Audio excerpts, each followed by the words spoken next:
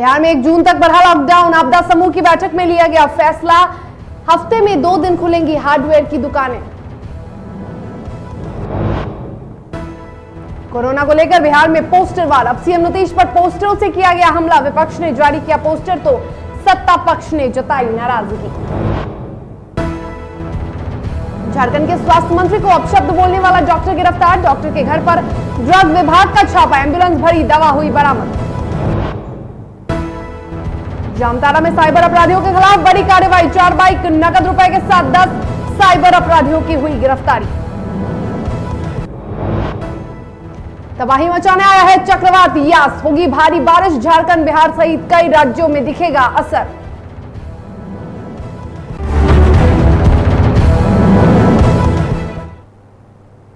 नमस्कार, मैं हूं शर्मिला चौहान और आप देख रहे हैं डीटीवी भारत। खबरों की शुरुआत करेंगे और बात करेंगे कोरोना गाइडलाइंस की।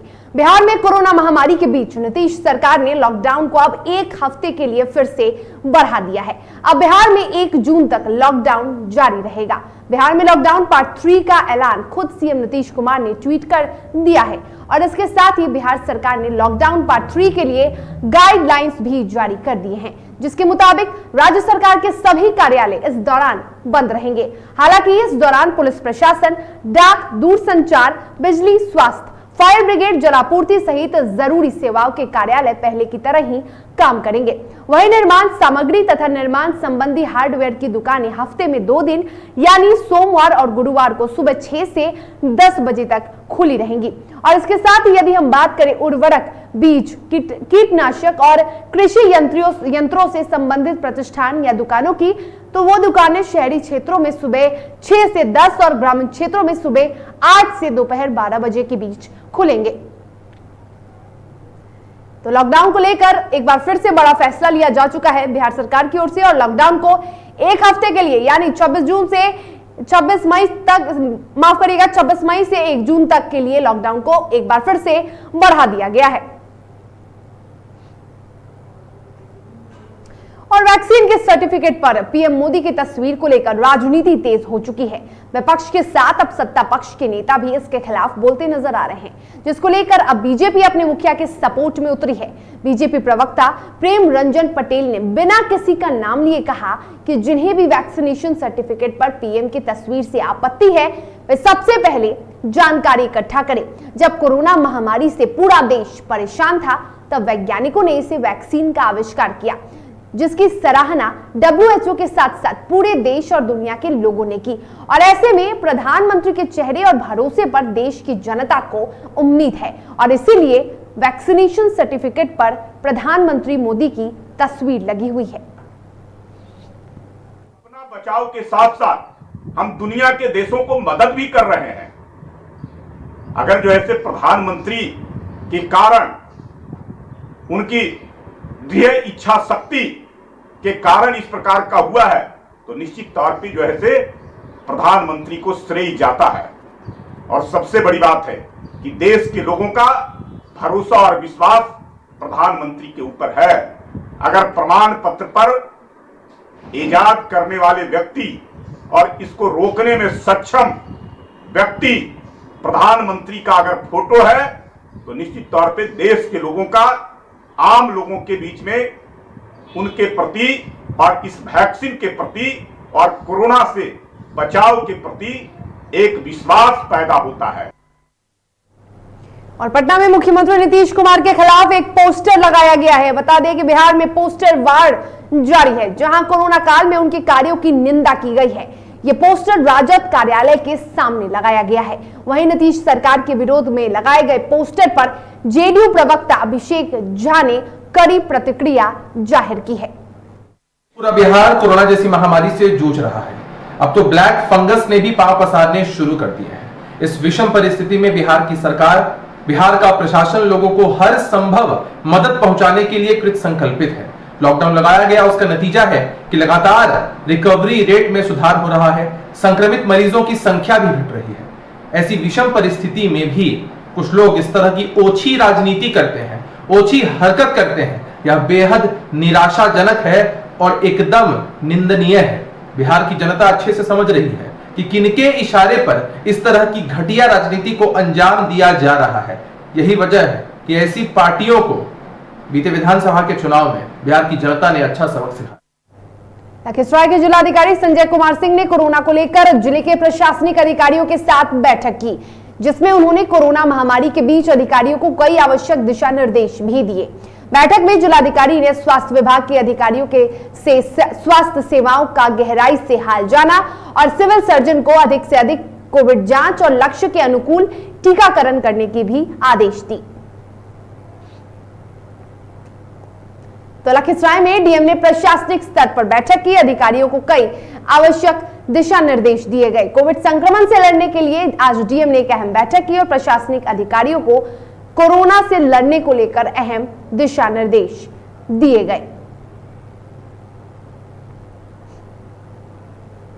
प्रदेश में कोरोना संक्रमण से बचाव को लेकर लगे लॉकडाउन के बीच प्रशासन और अधिकारियों के द्वारा अवैध वसूली का धंधा तेज हो चुका है, जिसकी तस्वीरें मुंगेर में देखने को मिली।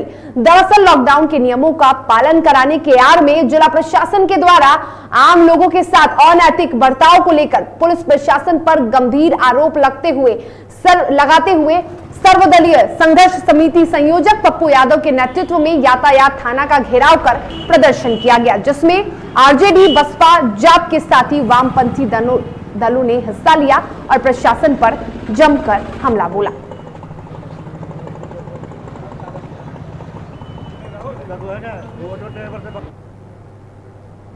और वैशाली के मेहनार अनुमंडल अंतर्गत मेहनार बाजार के गंगा में लॉकडाउन के नाम पर दुकानदारों से अवैध वसूली करते हुए महिला पुलिस अधिकारी की तस्वीरें सीसीटीवी कैमरे में कैद हो गई। और इस वायरल वीडियो में महिला थाना में तैनात सब इंस्पेक्टर और पूर्व महिला थानाध्यक्ष सरिता चौधरी हैं, जो दुकान बंद होने के बावजूद दुकानदारों पर जबरन एफआईआर दर्ज करने की धमकी दे रही हैं और इन्हें डराकर अवैध वसूली कर रही हैं। और इस मामले में मेहनार थानाध्यक्ष मनोज कुमार सिंह ने अपनी जांच रिपोर्ट वैशाली एसपी को सौंपी है, जिसके बाद एसपी ने आरोपी महिला ऑफिसर से 24 घंटे के अंदर स्पष्टीकरण की मांग की है और आरोप सत्य पाए जाने पर अग्रसर कार्रवाई की जाएगी।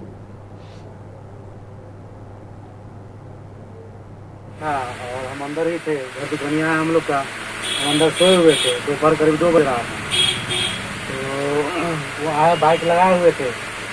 देखें यहाँ पर बाइक लगा, क्योंकि इसमें 6 बुझाता है। तो बाइक लगाने के बाद वो पैर से मारने लगे, बोले कि दरवाज़ा खोलो, दरवाज़ा खोलो। तो सर क्या बात है? तो बोले कि से तुम दुकान खोले हुए हैं। बोले सर दुकान कहाँ खोला हुआ? कोई तो की है 2 बजे दुकान हम लोग का बंद था। तो सर सोए हुए हैं। बोलता है कि बाहर से बुलवा करके तुम्हारा दुकान सील करवा दे बाहर से। तो हम डरते डरते दुकान खोले। दुकान खोलने के बाद एक लेडीज ड्रेस में थी, पुलिस लिबास में, तो जेंट्स था, सादा टी-शर्ट पहने हुए था, मास्क लगाए हुए। कटिहार में ग्रामीण और सुदूर इलाके तक कोरोना जांच की रफ्तार देने के लिए जिला प्रशासन ने 12 से अधिक वाहनों को सुदूर इलाके के लिए हरी झंडी दिखाकर रवाना किया है और इन वाहनों के माध्यम से हर दिन 100 से अधिक लोगों का कोरोना जांच होगा। इस जांच से कोरोना संक्रमण की चेन को रोकने में बड़ी मदद मिलेगी। और इस दौरान जिलाधिकारी के साथ साथ एसडीओ शंकर शरण, ओमी, SDM Vijay Kumar, civil surgeon सहित कई वरीय पदाधिकारी मौजूद रहे। ये अभी जो हम लोग देख रहे हैं और राज्य से भी जो आदेश प्राप्त हो रहा है, उसमें ग्रामीण क्षेत्रों में कोरोना का जांच होना आवश्यक प्रतीत होता है, क्योंकि ग्रामीण क्षेत्र, शहरी क्षेत्रों में तो कम हो गया है कोरोना, बट ग्रामीण क्षेत्र में अभी बहुत लोग हैं जो टेस्टिंग नहीं करवा पा रहे हैं। तो इसी के लिए स्ट्रैटेजी के तहत हम लोगों ने ग्रामीण क्षेत्रों में टेस्टिंग हो, इसके लिए अभी जैसा आपने देखा कि 15 मोबाइल वैन हमने यहाँ से रवाना किए हैं, जो कुछ शहरी क्षेत्र में चलेंगे और कटिहार अनुमंडल के जितने भी ब्लॉक है उनमें वो जाएंगे। राजधानी पटना में बाइकर्स गैंग का आतंक देखने को मिल रहा है। मामला पटना के कदमकुआ थाना क्षेत्र के राजेंद्र नगर स्थित मगध मेडिका प्राइवेट अस्पताल के पास की है, जहां बाइकर्स गैंग ने रंगदारी नहीं देने पर गाड़ी चालक को मारकर अधमरा कर दिया। आनन फानन में घायल पीएमसीएच में एडमिट कराया गया, जहां उसकी हालत अभी भी नाजुक बताई जा रही है। पुलिस ने इस मामले में कार्रवाई करते हुए मारपीट करने वाले मुख्य आरोपी सीपी उर्फ चंद्र प्रकाश नाम के युवक को गिरफ्तार कर लिया है और फिलहाल उससे पूछताछ की जा रही है।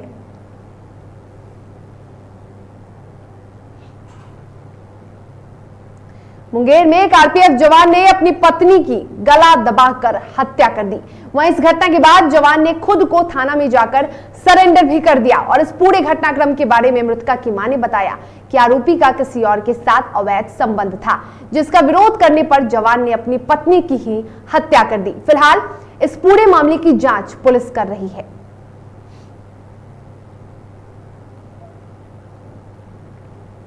अभी उसके जो मैके पक्ष द्वारा बताया जा रहा है, कि ससुराल वालों के द्वारा हत्या की गई है। 2 साल पहले शादी हुआ था। दहेज उहेज की भी आरोप लगाया गया है। दहेज की मांग की है। एक बेटी भी 3 दिन, एक बेटी 3 दिन बेटी हुई है, जो अभी लाइफलाइन हॉस्पिटल में है, शीशा में वो भी है। नहीं अभी तो नहीं, लेकिन गर्दन के पास निशान है, निशान अभी जो प्रतीत हो रहा है। अभी उसके जो मैके पक्ष द्वारा बताया जा रहा है, मामला टंडवा थाना क्षेत्र के बेला गांव का है, जहां पुलिस ने हंडिया पहाड़ी से मृतक युवक का छत विषक शव बरामद किया है। परिजनों ने बताया कि 17 मई की सुबह से युवक लापता था, जिसके बाद टंडवा थाने में 7 लोगों को आरोपी बनाते हुए अपहरण की प्राथमिकता उन्होंने दर्ज कराई थी, मगर पुलिस ने इसे गंभीरता से नहीं लिया। फिलहाल पुलिस ने शव को कब्जे में लेकर पोस्टमार्टम के लिए औरंगाबाद भेज दिया है और पूरे मामले की जांच में जुटी है।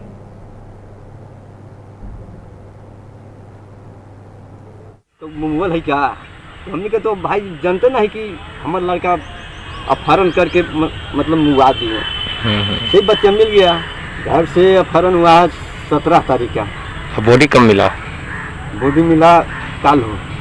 मुआया हुए महेश भैया के दामाद बेटी, बात उसमें फंसा हुआ था। लड़का फंसा हुआ था 2 साल पहले। और नवादा जिले के नवादा बिहार शरीफ पथ पर गोनवा मोहल्ले के पास एक शोरूम से चोरों ने लगभग 20 लाख से ऊपर की संपत्ति चोरी कर फरार हो गए। वहीं इस घटना के बाद पीड़ित दुकान मालिक ने बताया कि चोरों ने ग्रिल काटकर छत के सहारे शोरूम में प्रवेश किया, फिर चोरी की घटना को अंजाम देकर फरार हो गए। पीड़ित ने आगे बताया कि चोरों ने लगभग 45 मोबाइल, नगद, उपहार में देने वाले सोने की अंगूठी, डिनर सेट समेत अन्य सामान चोरी कर ली, जिसकी कीमत लगभग 20 लाख रुपए आंकी गई है। वहीं पुलिस को इसकी सूचना दे दी गई है, जहां पुलिस पूरे मामले की जांच कर रही है।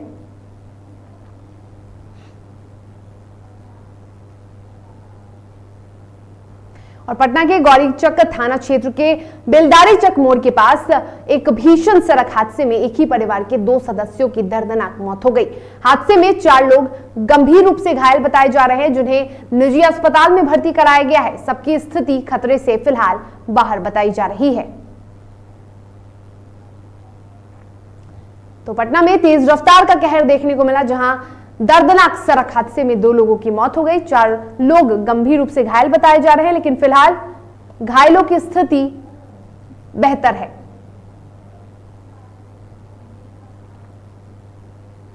नालंदा जिले के खिलाफ थाना क्षेत्र के बीडीडी मोड़ के पास सड़क दुर्घटना में 2 लोगों की मौत हो गई।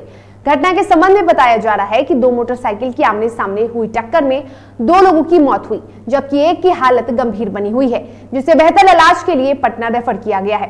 फिलहाल पुलिस ने दोनों शव को कब्जे में लेकर पोस्टमार्टम के लिए भेज दिया है। बिंडी लल्लू मोड़ पे घटना हुई है।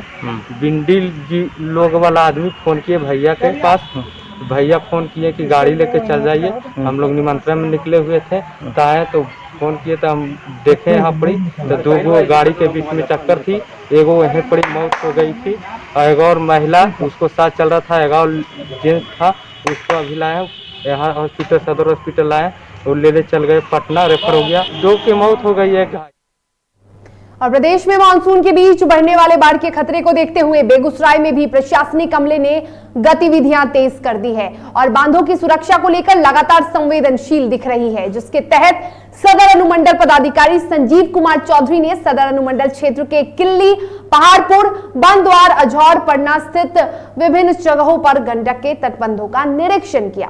तो बता दें कि बाढ़ को लेकर लगातार प्रशासन जो है वो पूरी तरह से सतर्क है, सख्त है ताकि बाढ़ को लेकर कोई भी खतरा ना हो सके। मद्देनजर हम लोग बांधों का तटबंधों का निरीक्षण कर रहे हैं। इसमें हमारे साथ एग्जीक्यूटिव इंजीनियर साहब भी हैं, एडीएम साहब हैं, बीडीओ साहब, सीओ साहब, यहाँ के जनप्रतिनिधि मुखिया जी भी हैं और बांधों का निरीक्षण किया जा रहा है। जो पूर्व में पिछले साल कहीं कहीं पे सीपेज की घटनाएँ हुई थी, शिकायत आई थी, तो हम लोगों ने उस समय उसको कवर किया था बाढ़ नियंत्रण विभाग के सहयोग से। इस बार भी हम लोग वही निरीक्षण कर रहे हैं कि कहाँ कोई कमजोरी है तो उसको अभी ही नज़र में रख करके उस पर जरूर कार्य किया जाएगा।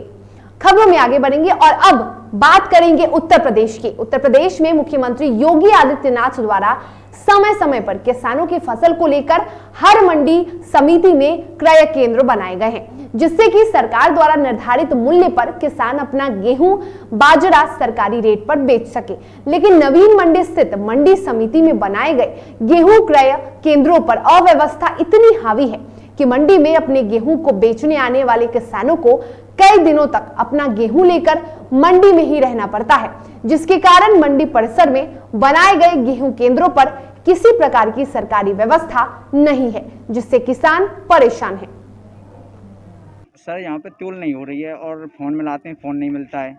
2-3 दिन से परेशान है सर।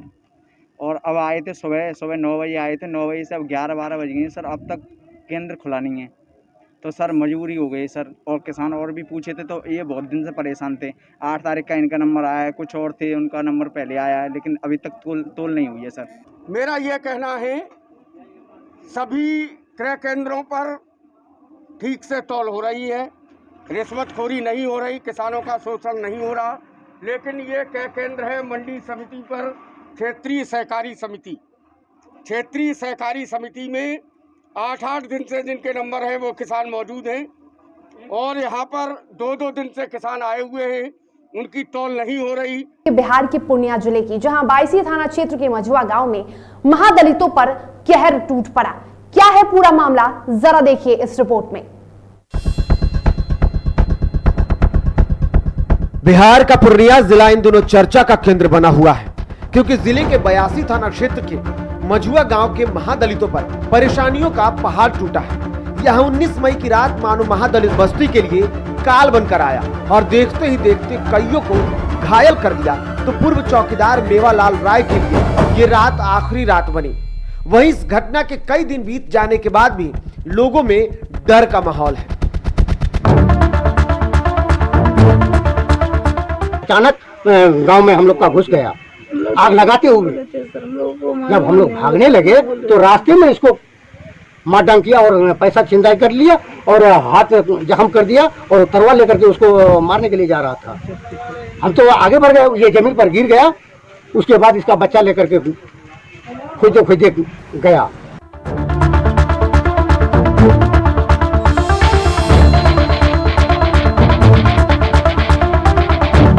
इस घटना को लेकर लोगों का कहना है कि 19 मई की रात को सैकड़ों लोगों की भीड़ ने महादलित बस्ती में लोगों के साथ पहले मार पिटाई की और फिर एक एक घर को चुन चुन कर आग लगा दिया, जिसमें कई घर जलकर राख हो गए।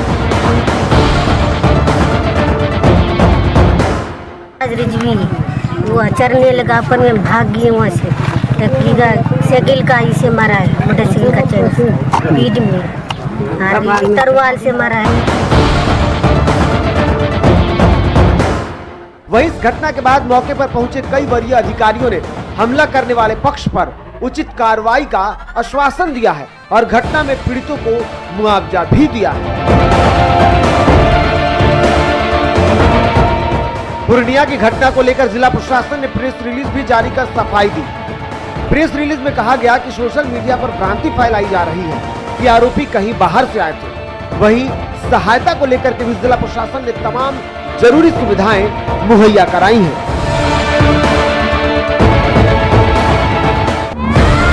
वहीं 82 थाना में 3 FIR दर्ज कर अब तक 2 नामजद लोगों की गिरफ्तारी हुई है, जबकि बाकियों की गिरफ्तारी के लिए छापेमारी जारी है। ऐसे में अब देखना होगा कि क्या पुलिस प्रशासन की जांच से पीड़ितों को इंसाफ मिलता है या पीड़ितों को न्याय के लिए बरसों अभी आस लगाना होगा। DTV भारत के लिए पूर्णिया से ब्यूरो रिपोर्ट। और और अब बढ़ेंगे झारखंड की खबरों की ओर। झारखंड के मुख्यमंत्री हेमंत सोरेन ने बोकारो में प्रखंड स्तरीय जन सर्वे और एंटीजन टेस्ट आधारित कोविड जांच अभियान का ऑनलाइन उद्घाटन किया और इस अभियान को पायलट प्रोजेक्ट के रूप में बोकारो और दुमका जिले को प्रथम चरण के लिए चयनित किया गया है। बता दें कि मुख्यमंत्री हेमंत सोरेन ने उद्घाटन सत्र के दौरान जरीडीह प्रखंड अंतर्गत खुटरी पंचायत की सेविका अनीता देवी, मीना देवी और सीएचओ प्रियंका मुर्मू से ऑनलाइन संवाद भी किया। सबसे पहले जो 25 से 5 जून तक जो कार्यक्रम शुरू होने वाली है, उसमें एक पंचायत में 2-3 दल बटा गया है। एक स्क्रीनिंग दल होगी और एक टेस्टिंग दल होगी। सबसे पहले स्क्रीनिंग दल जाएंगी, डोर टू डोर विजिट करेंगी, सभी सदस्यों के नाम पूछेंगे, एज पूछेंगे, कोविड से संबंधित जितने भी लक्षण हैं वो पूछेंगे स्क्रीनिंग के थ्रू। अगर इनमें से कोविड के एक भी अगर लक्षण पाए गए तो वो टेस्टिंग। मुख्यमंत्री कोरोना किट कोरोना संक्रमण के प्रसार को रोकने के लिए सरकार के स्तर से लॉकडाउन सहित कई अन्य फैसले लिए गए हैं, जिसका असर देखने को मिल रहा है। वहीं राज्य के ग्रामीण क्षेत्रों में संक्रमण ना फैले, कोरोना के लक्षण पाए जाने पर प्रारंभिक स्तर पर ही इसका इलाज हो, इसलिए सहायिका और सेविकाओं के बीच सीएम कोरोना किट का वितरण किया गया और इसकी शुरुआत सीएम के विधानसभा क्षेत्र बढ़ेट में विधायक प्रतिनिधि पंकज मिश्रा ने की। इस अवसर पर पंकज मिश्रा ने कहा कि कार्यक्रम मुख्यमंत्री की अच्छी पहल है और इसका सीधा लाभ राज्य के ग्रामीण क्षेत्र के लोगों को होगा और इससे कोरोना संक्रमण के प्रसार को रोका जा सकेगा। झारखंड के मुख्यमंत्री श्री हेमंत सोरेन जी के द्वारा ये एक अच्छी कदम है और उनकी पहल है कि गांव-गांव में हम कोरोना जैसे बीमारी को कैसे रोकथाम कर सकें। इसके लिए माननीय मुख्यमंत्री महोदय ने स्वास्थ्य सहायिका, आंगनबाड़ी सेविका सहायिका को ऑक्सीमीटर, थर्मामीटर, मुख्यमंत्री कोरोना राहत किट, ग्लव्स, मास्क इत्यादि सामान का वितरण हो रहा है। और झारखंड के स्वास्थ्य मंत्री बन्ना गुप्ता पर विवादित बयान देने के बाद सुर्खियों में आने वाले सरायकेला खरसावां जिले के आदित्यपुर के डॉक्टर ओपी आनंद को मेडिकल जांच के बाद सोमवार सुबह न्यायिक हिरासत में भेज दिया गया। इधर उनके आदित्यपुर आवास पर छापेमारी करने गए ड्रग विभाग की टीम भी पहुंची और इसके ठीक बाद पूर्व मंत्री और जमशेदपुर के विधायक सरयू राय भी डॉक्टर के घर पहुंचे।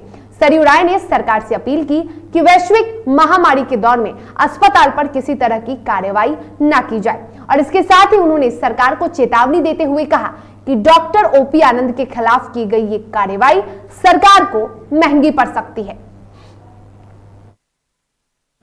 जब बाद में मैंने देखा कि डॉक्टर साहब को केस करके ना, तो मुझे लगा कि एक बार बात करनी चाहिए, इनका पक्ष जानना चाहिए।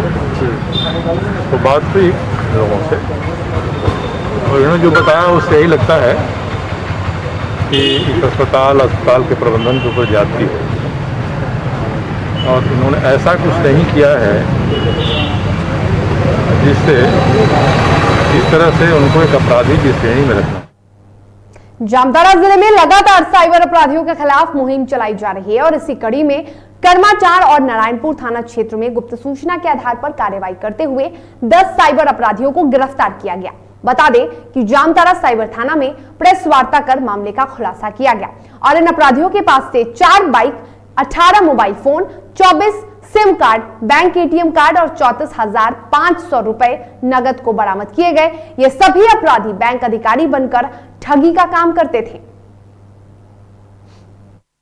अपराध के नियंत्रण की दिशा में जो कार्रवाई की जा रही है उसके तहत कल कर्माटांड़ के डिफरेंट क्षेत्र में, कर्माटांड़ थाने के अलग अलग क्षेत्रों में छापामारी की गई सूचना के आधार पर। इसमें से कुल 10 अपराधकर्मी, साइबर अपराधकर्मी ऑन स्पॉट पकड़े। देश के पूर्वी तटीय क्षेत्रों में चक्रवाती तूफान यास का असर दिखना शुरू हो गया है, जिसके कारण ओडिशा के तटीय इलाकों में बारिश शुरू हो गई। बंगाल की खाड़ी में उठने वाला चक्रवाती तूफान यास ओडिशा और पश्चिम बंगाल के तटीय इलाकों में दस्तक दे चुका है। भारत मौसम विज्ञान विभाग के अनुसार बंगाल की खाड़ी के पूर्वी मध्य क्षेत्र में बना निम्न दबाव का क्षेत्र चक्रवाती तूफान में तब्दील हो चुका है और इसके कुछ घंटे में तेज होने और 24 घंटे में भीषण चक्रवाती तूफान में बदलने का अनुमान है। वहीं बंगाल की खाड़ी में बने चक्रवाती तूफान यास से निपटने के लिए तैयारियां तेज हो चुकी है। साथ ही स्थितियों पर केंद्र सरकार लगातार नजर बनाए हुए है।